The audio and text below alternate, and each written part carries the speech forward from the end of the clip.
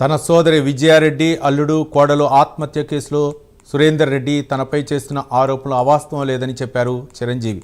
విజయారెడ్డి పెళ్లి జరిగినప్పటి నుంచి కుటుంబంలో గొడవలు జరుగుతున్నాయని తెలిపారు. తన సోదరి విజయారెడ్డి కంటే 3 ఏండ్లు మాత్రమే పెద్ద అని నమ్మించి పెళ్లి చేసుకున్నాడని, కానీ వారి మధ్య 15 ఏండ్లపై వ్యత్యాసం ఉందని మండిపడ్డారు. విజయారెడ్డిని దుబాయ్ తీసుకెళ్తానని చెప్పి తన బావ మా చెల్లెల్ని మోసం చేశాడని చెప్పారు. సిస్టర్ మా అల్లుడు కోడలు జరిగిన సంఘటన, ఆత్మహత్య చేసుకున్న సంఘటన మీకు తెలుసుగాను.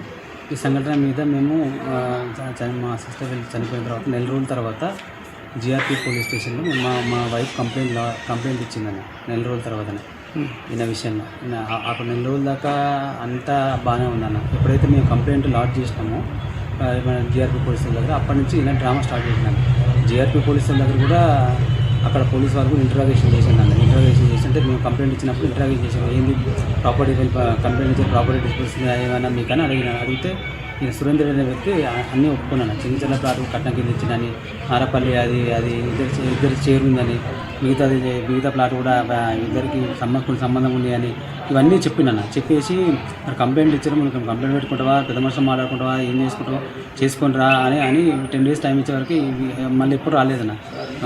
అక్కడ పోలీసు వాళ్ళు దర్యాప్తు చేస్తూనే ఉన్నారు. ఇక్కడ ఇది జరుగుతూనే ఉందన్న.